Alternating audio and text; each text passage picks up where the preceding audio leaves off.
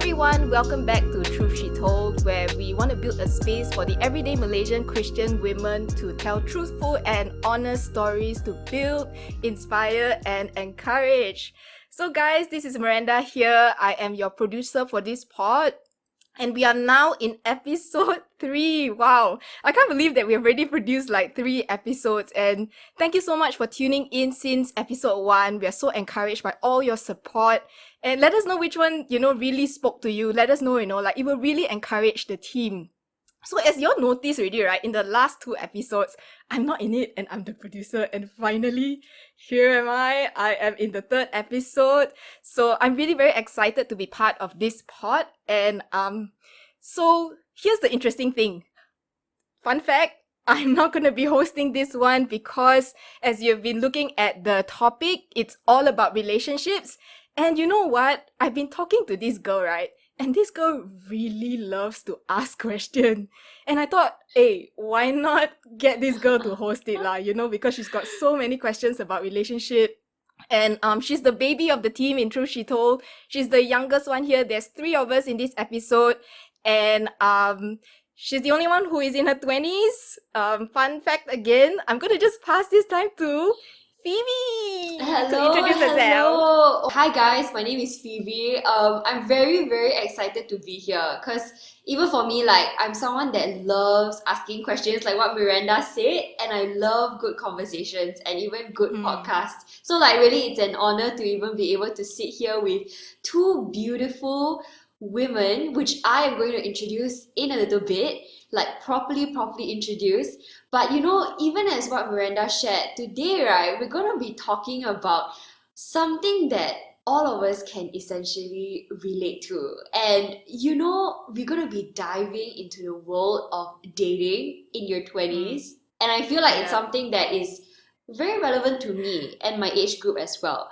But you know what? Without further ado, right, let me introduce to you Miranda and Christine. Yay. I think, you know what? Christine, why not you go first? Tell us who you are, what you do. Okay, my name is Christine. I am approaching 40. You don't look it though. Yeah. Don't look it. Because of the filter and a lot of makeup, that's why. No, she looks like this as well, with without makeup. Yeah, with or without. She always looks good. Come on. Thank you. Yeah. So, I'm a music teacher and I've been working for the past 19 years and I have 2 kids. One is 9 and another one is 6 in December. Yeah, that's me. Wow. Dating advice. I hope I can share a little bit about my life to you all. As transparent as I can. I promise. Thanks for being here. Quite excited, man. I'm quite excited to hear from you. Yeah. What about you, Miranda? Tell us a little bit more about who you are. Okay, so I'm Miranda and I'm in my 30s. I have been working in a church for a while now. And I have been switching roles, like from doing admin stuff all the way to like serving alongside with young adults. And I still am serving alongside with young adults. And now I am serving in this ministry where every churches are needing the most right now in this pandemic, which is the media ministry. So I've never been the busiest, but I would say I've never been the most fulfilled. Wow. Yes, that's me. And yeah, and if you guys want to know, I'm still single. Yeah. Ready to mingle. And ready to mingle. Putting it out there, right? Yeah. But I actually love it. But you know what? Yeah. Even as we dive into this topic of relationships, right? Before we get any further, I want to throw you guys a lighthearted question. What are your types? So, Christine, because all of you know, Christine is married already. So, Christine, you can say like if Justin, her husband, is your type, you can share if your type is Justin's. And Miranda, you can also share like what are your types? Any of you can go first. So are we going to go like super spiritual here or like Up to you, man. Come on, man. You can be super chill also. We can be spiritual and practical at the same time. Where got super spiritual only one? Come on. Okay. what is my type? Miranda, you want to go first or I go first? Hey, you go first lah. Then I'll chip in. Okay. My type. I definitely like a guy who is taller than me. Yes. It's not very difficult because I'm not very tall. So yeah, so Not hard. ding, yeah, not hard. And I've always wanted to date or marry a musician, and I did. Yeah. Wow. Because music is in me, right? So I feel that if I actually married a musician, it'd be really fun that we can actually connect through Chemistry, music. man. Yeah, chemistry, and of course one that shares the same faith. Yeah, that is definitely. Yeah. Wow. And pleasing to my eye also lah. Yeah. Yeah, thanks for being practical, right? Wow. Do you think Justin ticks all the boxes? Oh, he does. Oh, Only wow. one thing, he cannot speak my dialect. Yeah, I was. What's your hoping to- dialect? Hokkien. Oh. Yeah, He's like totally a Cannot. banana, right? He's If I'm not super mistaken. banana. Yeah, he's super banana. Yeah, because he It's was okay lah, like banana born still got in chance, UK. still got chance, Yeah, right? Cannot. Already 13 years together already. He still cannot understand a single thing.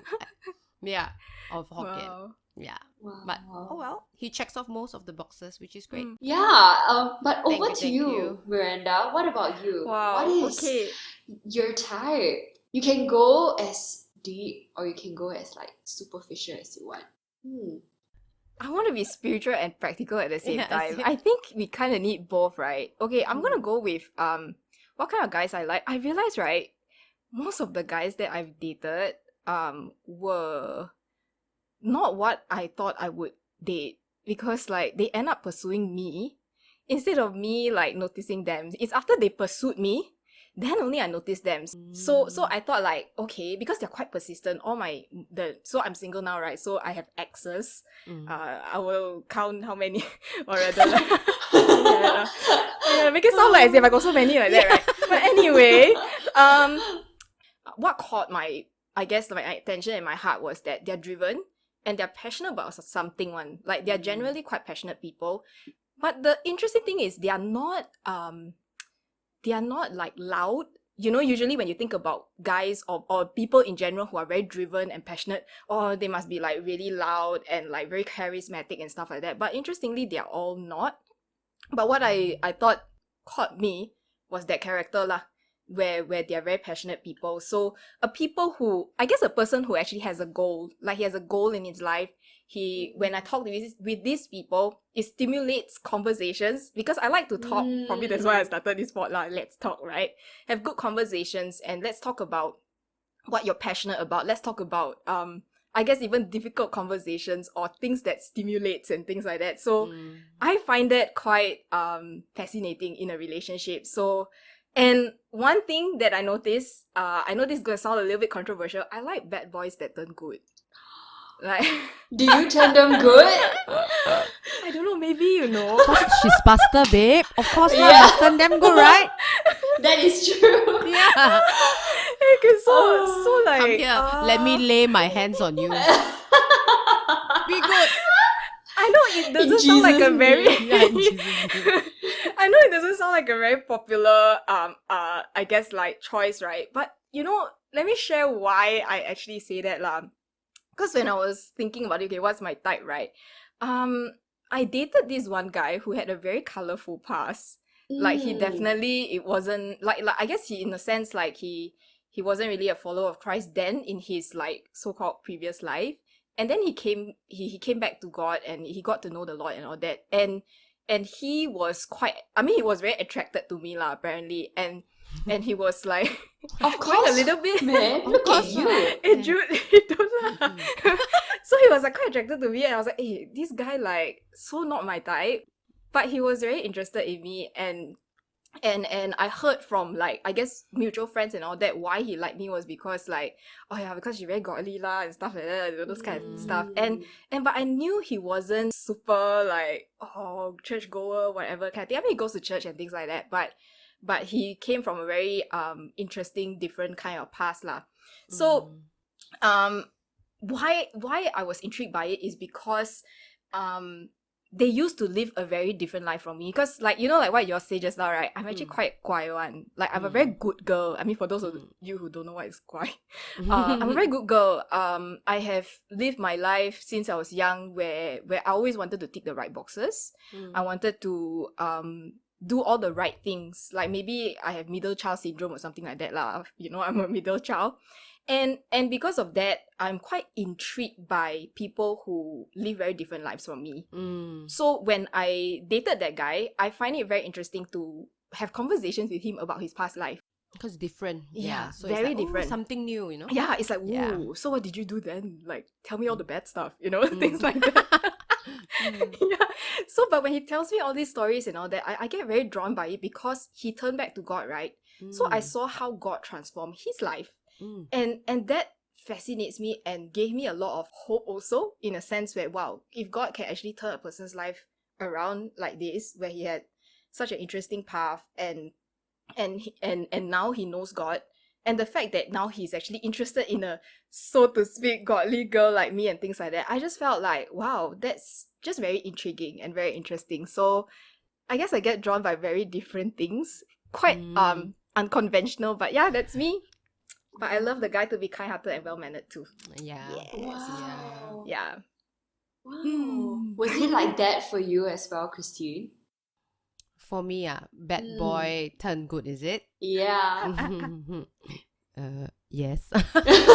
Is who the know person's me. name start with J one, is it? Oh, Yeah. Yeah. But we have the same values all along, you know. So so I think that hit off lah, because we know that we love the same God very much. So when you have that as your base, I think it secures the relationship even more. I would have to say. Yeah. Totally agree with that. Yeah. Wow. That is so good. You know, like, even as you guys were talking about this, something I want to ask you, what are your non-negotiables? Even coming into relationships, do you guys have things that you say, okay, no, I will not consider, I am very sure that I don't want my significant other to have these values? Like, how about you, Christine? Do you want to go first? Okay, I think for me, definitely sharing the same faith was very, very important for me. Yeah, since I've dated one that we didn't share the same faith, but eventually he also bad boy turned good, right? Okay, so we went to church for a while. Yeah, so just to appease me, you know, that kind of thing. Oh, okay, you know, Christine goes to church, so let me just go and like try it out. Yeah, but it didn't really, it wouldn't really work out. Yeah, like even in the Bible it say, you know, let's be a bit spiritual here. Yeah. So Yeah, I love it. yeah, Let's go. yeah, not equally yoked and all. Yeah, so I feel that if you share the same faith, it really it really sets, like what I said just now, it really sets the base of the relationship, right? So my non-negotiable was that after that, you know, after I dated a non-Christian, I said, okay, cannot already. Definitely, you know, I want to date a Christian, and if more, a God-loving man. Yeah. Yeah. So that was one. And non-negotiables are I actually like, okay, I cannot take it if like the guy is like shouter. Oh. Yeah. Yes, I Like agree with you. like yeah, Oh, yeah, dear. yeah. I think I prefer someone who is more mellow, because Okay. I'm a shouter. So we can't have You two kinda need shouting the- people. Yeah. We can't have The two opposites shouters. of each other, right? Correct. Yeah. So I mm, think a more mellow. Yeah, I would prefer a more mellow person. Yeah.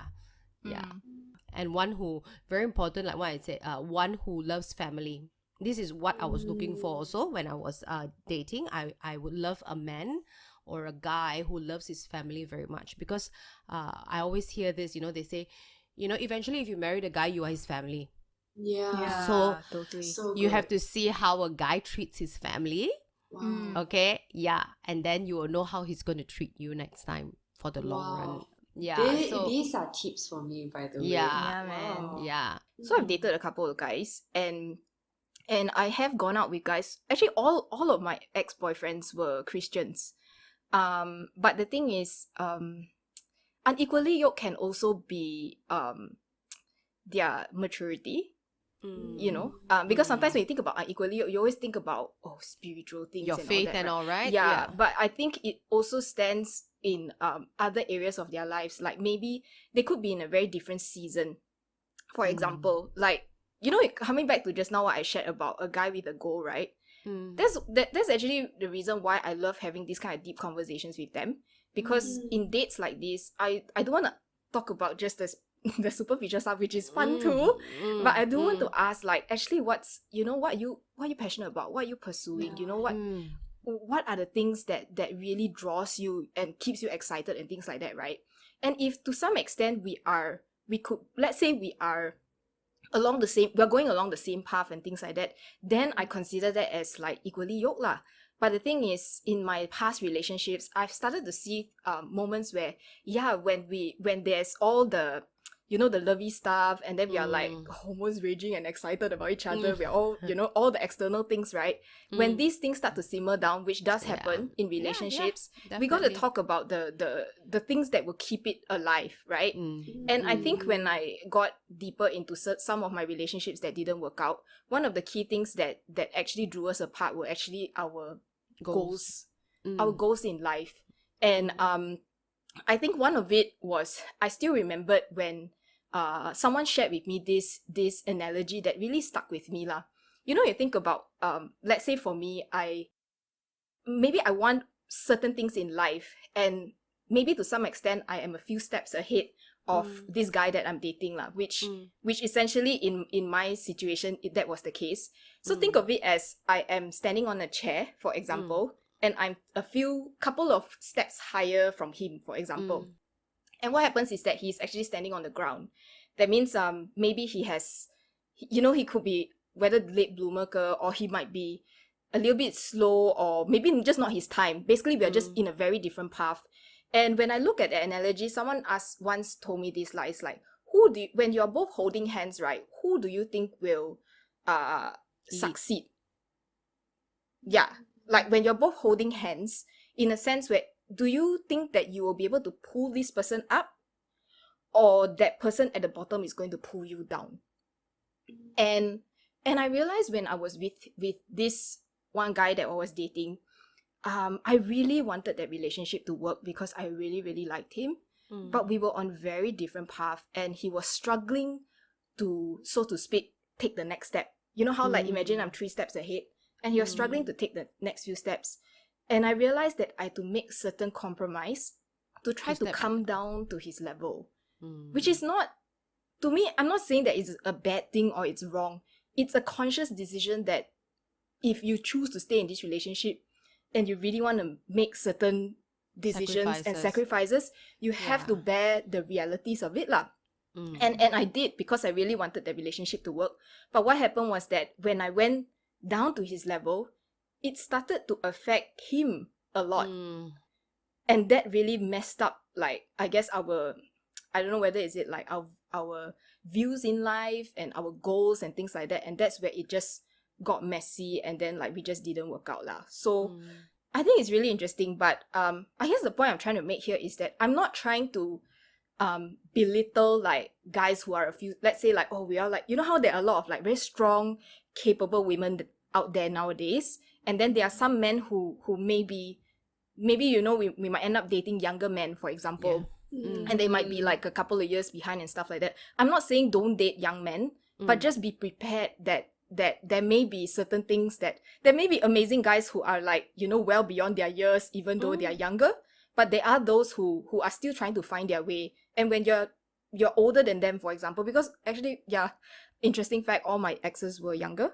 So when yeah, so like I entered with my eyes wide open in that sense. But the reason why I could have just said like, nah, you know, like he's younger and like he's like spiritually, yeah, can lah or something. And I made a conscious decision to give the guy a chance. Reason being, I felt that we need to ask ourselves this question lah: do I see potential in that person? And for me, I don't know whether is it just, oh my gosh, like he's so good looking, I like him, that's why I gave him a chance, or like I reason it out and say like he got potential lah, let's give him a chance and stuff like that. And the truth is, I don't regret it.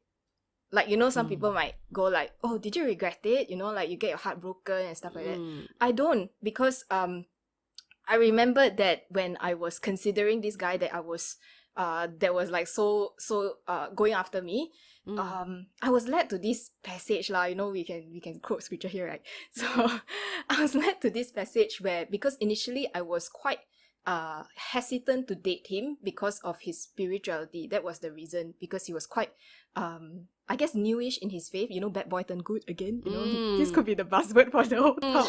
yeah. Bad boy turned good. So I was like, don't know can or not lah, this guy and stuff like that. And I remember I was led to this scripture where it was actually in Luke 18, where it was talking about the parable of the tax collector and the Pharisee. So the story about that passage was that the tax collector went to the temple and prayed to God. And then he went and then the other person who actually went was the Pharisee. And the Pharisee started talking to God first and say like, hey, like I've been praying lah, I've been doing this lah. I mean, I can't quote the Bible accurately, but it's somewhere along those lines lah. I go to prayer meeting all the time lah. And yeah, that is me, Pharisee. And then after that, the tax collector went like, he beat his chest and say like, oh God, have mercy on me, a sinner. And then like, of course, like the clincher at that line actually says this: for those who have exalted themselves will be humbled, and those who have humbled themselves will be exalted. Wow. That time when I was praying and asking God, should I date this guy? And I was led, your one truth, passage. Right? Honestly, read your Bible. Yeah. I'm not saying that, oh yeah, God actually led you to go into a broken relationship. Not true. But I felt like God was teaching me something in that relationship. Yeah. And he was teaching me to be humble, not to judge people by the outer appearance and what I think I can measure with my own like perceived measuring stick about his spirituality. And honestly, although the relationship didn't work out, I had really good times with him. And I'm going to leave it as that lah, So I'm going to just say this, just go out and date. Give the dude a chance. Yeah. I hope that makes sense. Yeah. If you don't give him a dinner or he, go out on a date, you will never know. Yeah. I would never just go know. And meet people. Yeah. Just go I and mean, meet for what people. it's worth, right? I learned how to be humble. If I were to ask myself, so like, what did I learn from that relationship? I think God has humbled me and has has opened up my perspective in, I guess, seeing potential in people. And so if it didn't work out, I just really want to trust and believe that God willed for it to happen, and I want to choose to look back and really focus on what I've learned and how I've grown more than what has failed lah. Yeah. As every relationship that we are going through, God molds us to be a better person for the final. Yeah, for the one that God has prepared for us, right? Correct. Yeah. But I'm not asking you to date 200 people lah, okay? But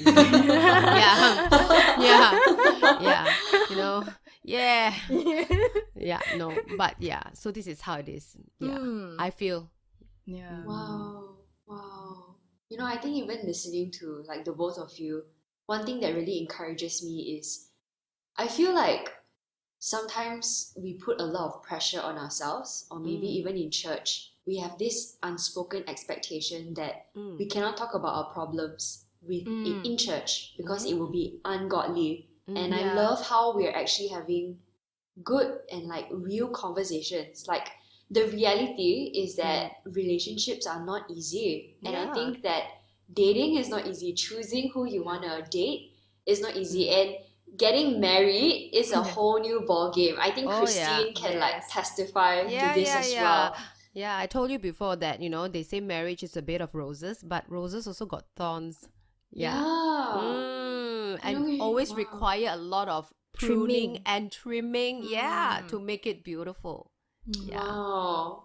That is so good. That is gold, right? That is gold. Wow.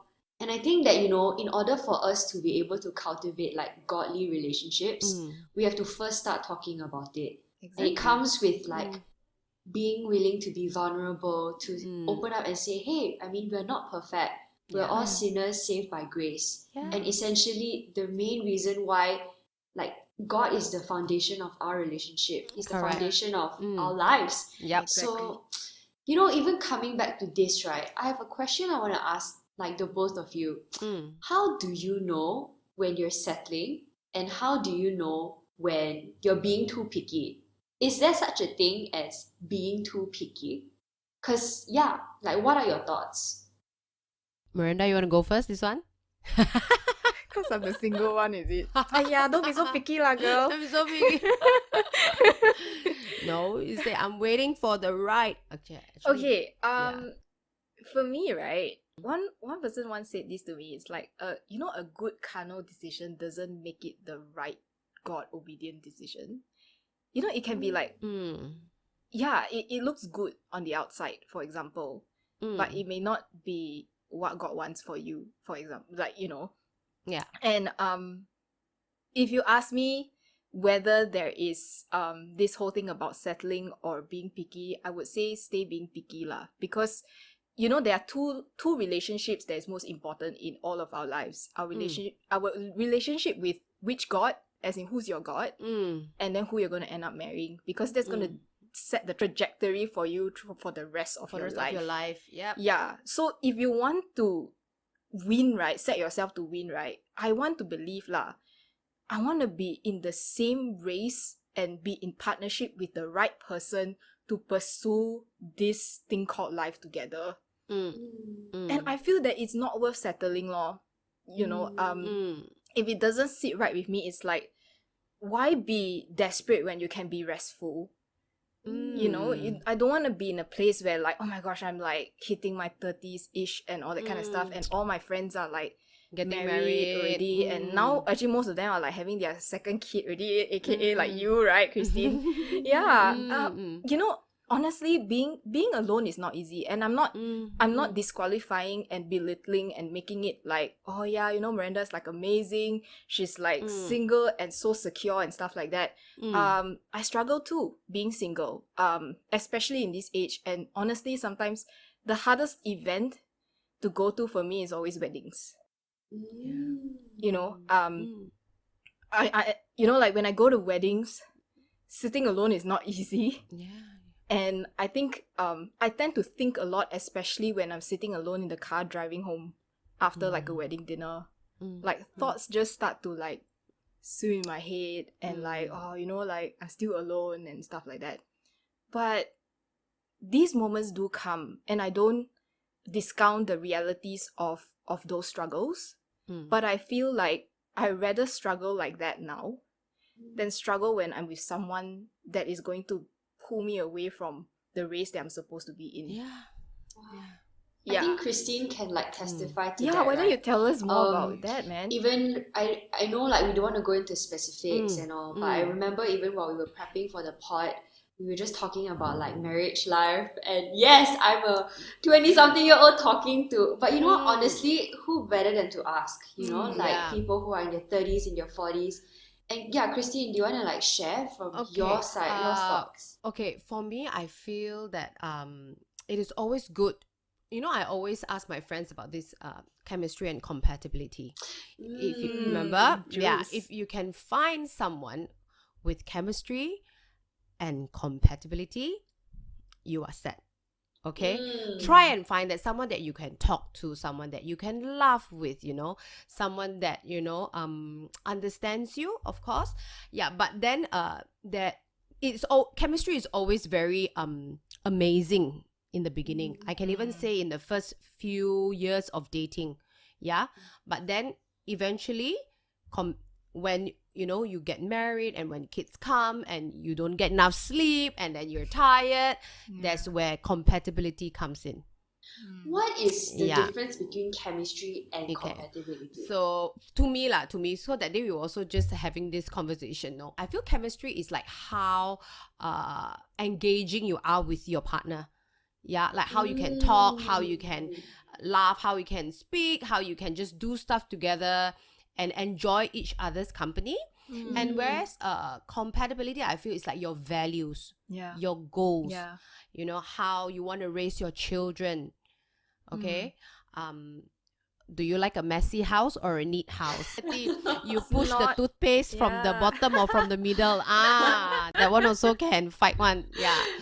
So there's a lot. So compatibility, I feel, eventually chemistry will die out and then compatibility kicks in. I feel in every marriage, I have a lot of my friends. Yeah, they say, chemistry. I cannot already lah. My husband, I see the same face for 5 years, sian already. You know that kind of thing. Yeah, it's very normal. But I feel It's very normal.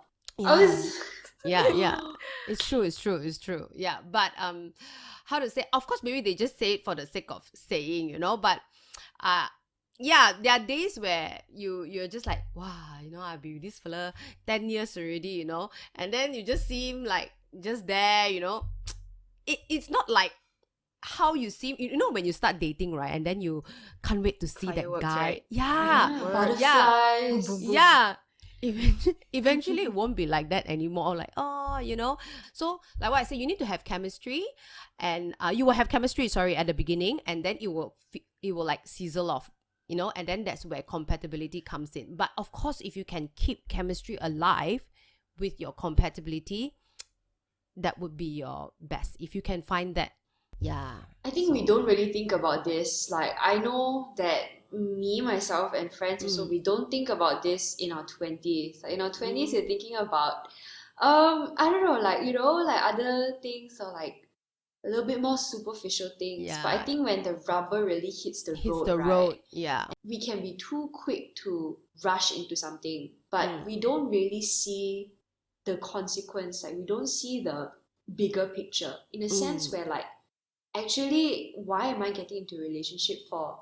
Is it because I'm afraid of being alone, or is it because I see my friends and I have that pressure? But like, I think talking to you guys really made me realize, like, actually I don't want to settle. Like, I think it's worth taking my time with, because I feel like sometimes people can rush into things very fast. Cultivating, building ourselves up, character, our own selves, building like our relationship with God, our relationship with our significant other, even building a family, it takes time and it takes effort, and there's no shortcut to it. Yeah. No. Yeah. Anything you That's guys so want to true. That's so true. It's like, I guess if I were to summarize what you say, it's like we're not looking for Mr. Right now. We're looking for Mr. Right. Forever. Yeah, correct. Yeah. It's Not true. right now, man. It's Mr. Right. Come on. What has, like, do you think that in some sense, what you value and you look for in a partner when you were in your 20s versus now in your 30s, whether you're like attached or not, do you think it has somewhat changed? And would you have like any advice for people like me? Like, let's say when you look at me, I'm in my 20s. What advice would you give me in terms of dating and like navigating through all of this? For me, I would say find a man, of course, who loves God, right? Okay. And then find a man that one of the things that I look for is really someone who can talk and laugh and joke, because I'm also siao one. I cannot find someone if I joke, right, then the first just stand there and look at me and smile.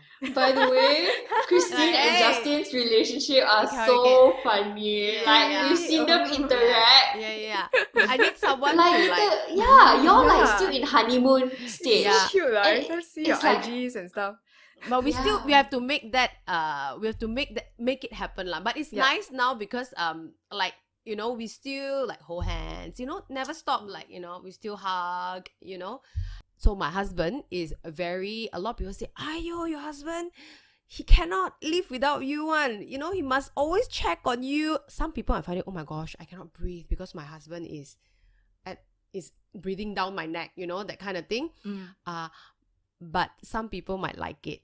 Okay, I'll tell you this. I don't know what I can tell you, but I'll just tell you this funny thing. Okay, so before we got married, right, I was sleeping. Got one day we were still dating. I think engaged already maybe that time. So I had a very late night because I think I was working or recording or something. So usually I'll be awake by 9 something 10. So my phone was on silent, and then I was sleeping, and then suddenly, ding dong, ding dong, ding dong, the doorbell was ringing. I'm like, who is that? It was about 11 something in the morning. I checked my phone. Then I went out. Then it was my opposite butcher. Oh, He looked at me. wow. I said, why ah? He's like, Justin, your boyfriend or fiance asked you to call him back. He cannot call your phone. So that is Wait, the how did extent. this butcher even get involved? Exactly, because he was so worried that I didn't pick up my phone. He actually called my opposite butcher to ask him to go and check on me to see whether I'm alive, you Oh know. my goodness. Until that level one. That one really Yeah. next level, like Yeah, pursue, next level. man. Actually, Aiyo. I got some more like that one. Like my friends like, why like that lah? So some people might find that so overpowering lah. Like, but for me, you know, You receive it differently lah. yeah. For me, I feel like, he's really caring and he's like, but I know some of my friends like, I need my own life. But I feel that's his way of saying that, hey, I'm looking after you, and yeah. So so I guess like different people work differently. Yeah, Like, even yeah. for me, like I don't think I can be like that. Yeah. I'm more. Yeah. I like my personal space. Yeah. So that's why Yeah. to find someone in the end that can really the jigsaw fits. You know what I Exactly. mean? So in a Yeah. sense, it's also compatibility, lor. Correct. Right? Correct. So for me, I love them. They always say, you secretly don't mind it. I say I don't mind lah. I know. So it works, or it works. Yeah, it works. That's why God put you all together, I think. Like, Yeah.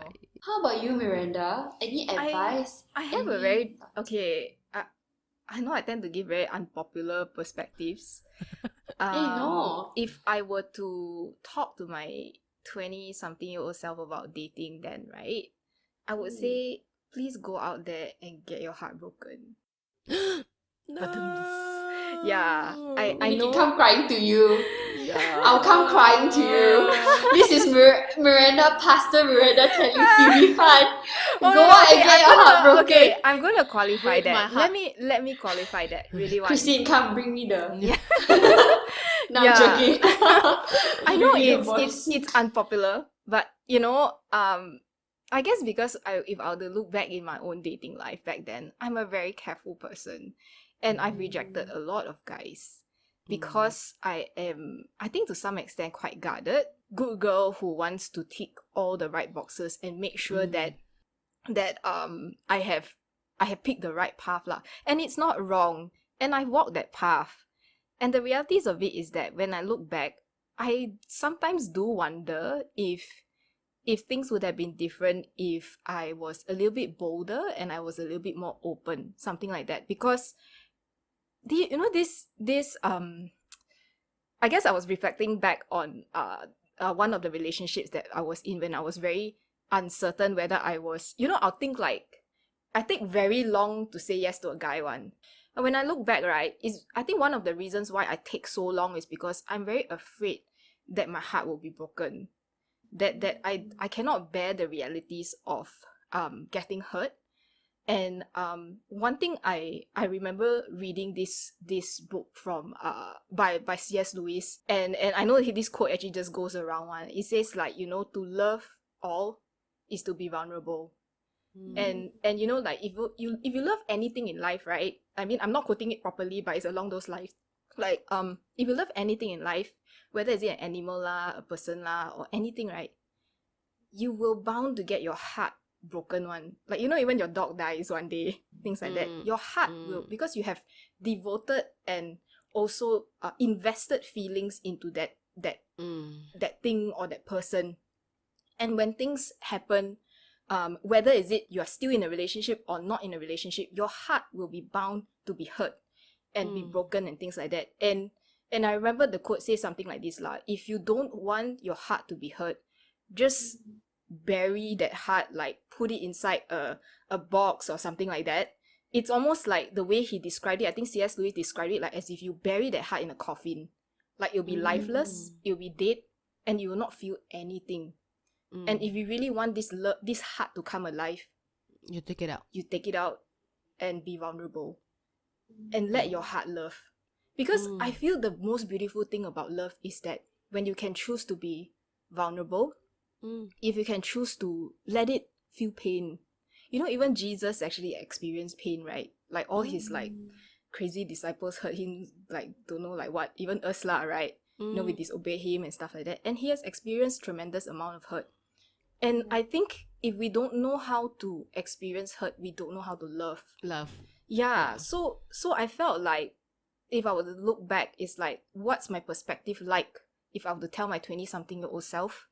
I would say like, just, I mean, I'm not saying go and date 200 guys lah, like what we said just now, right? Yeah. But I mean, choose carefully, but yet at the same dang time. it. Like, Sorry, go on. cannot be 200 already. Okay, maybe keep it to 20. I'm not kidding. Sorry, go on. So I guess what I'm saying is that, it's okay to get hurt lah. Because if you learn how to hurt, right, you also learn how to love. You know what's it like to feel pain. You know what's it like to understand someone else's struggles, perhaps. And it kind of gives you that opportunity to be in a community also, because definitely people are bound to get hurt. And if you want to have conversations with people and relate, right, I think the realities of love is that your heart has to be broken, and I think like the unpopular word of brokenness is like so negative one, but actually there's a lot of beauty in brokenness. When you're broken, right, that's where, if I were to look back in all my breakups lah, those were the moments where I was the closest to God. Because I was at my most vulnerable. I was at my most frustrated. I was at my most like angry at God, even my worst. And questioning like, why I do so much for you, God, and then like I've been faithful to you, I've been a good girl, I tick every single box, I even waited, and then when I asked you, you never answer me, and then like when I go ahead, this guy just hurt me. And I really believe that God is really such a loving father, in a sense where he doesn't treat us like kids.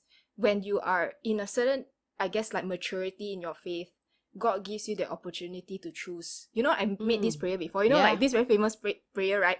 God, please let me know whether I should date this guy or not. Please tell me yes or no. Maybe like I also got. I do all the time. I got. So I remember in one of my relationships, I actually made that prayer, and then God went silent. I'm like, God, you silent then? How or like that? But I really like him. He's so good looking. And he's so nice and whatever, that kind of thing. And because of his silence, I felt that I just went ahead and made that decision. And of course, like, I mean, we know that the history was, it didn't work out lah. And of course, the heartbroken moments, like I went back to God, I was like, I needed somebody to blame. And like, I just pushed all my anger to God and those kind of things. But the funny thing is, it drew me closer to God than more distant, because I went to him and cried to him lah. Because, in our brokenness, right, it is God that really reveals his love. Father's love for you lah. Because the realities of it is that I can say God really journeys with you when you're hurt. So interesting note to stop, but that's what I wanted to share, what I've learned from my 20s in dating, and that would be what I would say lah. Go and get your heart broken. Not so many lah. Not so many.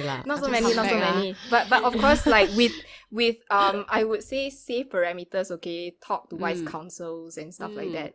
And but really be responsible for your choices, lor.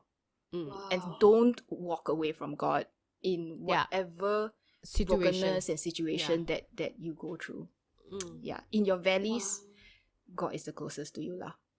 Wow, thank you so much for even sharing your heart and being so vulnerable and open. I mean, I caught so much from this, and I'm sure that everyone listening in will definitely take away something from this lah. But one thing, just to honor the both of you, like, I think sitting here listening to you guys, I'm very blessed to be part of this conversation, because I see how much you both pursue God. And if I want to, like, I realize that the both of you are so content in the season that you are in. And you guys really, God is your foundation. And this is something that I really want to honor and appreciate. But yes, we have come to the end of this episode. We hope that you actually do enjoy and you do like it. We're actually on Instagram, we're on Spotify, and we are also on YouTube. So do go, do share, do subscribe. Share this if this blessed you. But yes, we'll see you in the next episode. Bye!